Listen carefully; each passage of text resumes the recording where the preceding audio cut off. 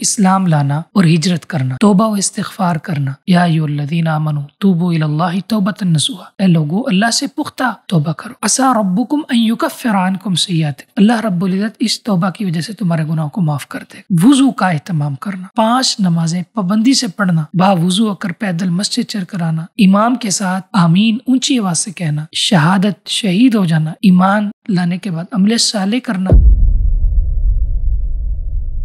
محترم سامعین و ناظرین، وہ کون سے اعمال ہیں جن سے انسان کے گناہ معاف کر دیے جاتے ہیں؟ بہت سارے اعمال ہیں، چند اعمال آپ کے سامنے اختصار کے ساتھ ذکر کرتا ہوں۔ سب سے پہلے اسلام لانا اور ہجرت کرنا، یہ 2 ایسے اعمال ہیں جو انسان کے گناہوں کو مٹا دیتے ہیں۔ رسول اللہ صلی اللہ علیہ وسلم نے ارشاد فرمایا، ان الاسلام یہدم ما قبلہ، اسلام سابقہ زندگی کے سارے گناہ مٹا دیتا ہے اور ہجرت اس کے سابقہ گناہوں کو مٹا دیتی ہے۔ اسی طرح نمبر 2، توبہ و استغفار کرنا، اس سے بھی اللہ تعالیٰ انسان کے سارے گناہ معاف کر دیتے۔ یا ایھا الذین آمنوا توبوا الی اللہ توبۃ نصوحا، اے لوگو اللہ سے پختہ توبہ کرو۔ عسی ربکم ان یکفر عنکم سیئاتکم، اللہ رب العزت اس توبہ کی وجہ سے تمہارے گناہوں کو معاف کر دے۔ تو توبہ و استغفار کرنا انسان کے گناہوں کو مٹا دیتا ہے۔ نمبر 3، وضو کا اہتمام کرنا، وضو سنت کے مطابق کرنا۔ رسول اللہ صلی اللہ علیہ وسلم کی حدیث اور آپ کی سیرت کی روشنی میں وضو کو بجا لانا، وضو کو کرنا، اس سے انسان کے گناہ معاف ہو جاتے۔ آپ کی حدیث ہے سنن ترمذی اور حدیث کی دیگر کتابوں میں، انسان